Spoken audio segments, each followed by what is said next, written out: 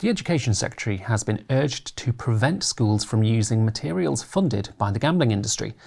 In an open letter to Bridget Phillipson, 58 organisations warned that resources promoted as a form of harm prevention can actually normalise harmful behaviours, omit or misrepresent important risks.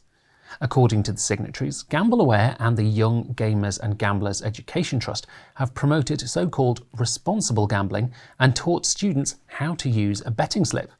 Professor Chris Van Tullochen of University College London warned that allowing such industries to influence schools distorts learning in favour of establishing the next generation of customers. We wouldn't let big tobacco teach children about smoking, so why are we allowing the alcohol, gambling and junk food industries into classrooms?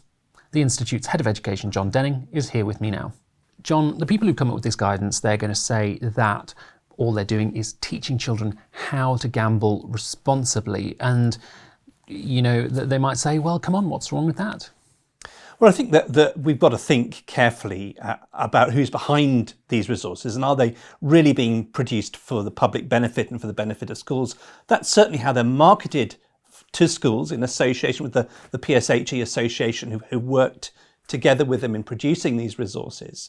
But this focus on gambling responsibility is in a sense just a strategy to divert attention away from the gambling companies themselves and what they're up to onto the gambler, and are they doing it in a responsible way or not? That's not really the issue. Children need to be taught about the inherent harms that are involved in gambling. Government guidance has lots to say about what is taught in schools. Does it have anything to say about gambling?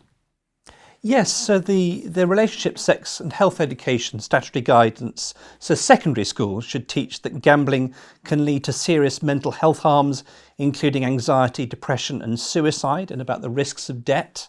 And it also warns schools to be particularly cautious about using resources from organisations that have a broader interest in promoting harmful products, e.g. cigarettes and alcohol, but it doesn't apply that to gambling, and it certainly ought to be explicit about applying it to that and to the PSHE Association and GambleAware.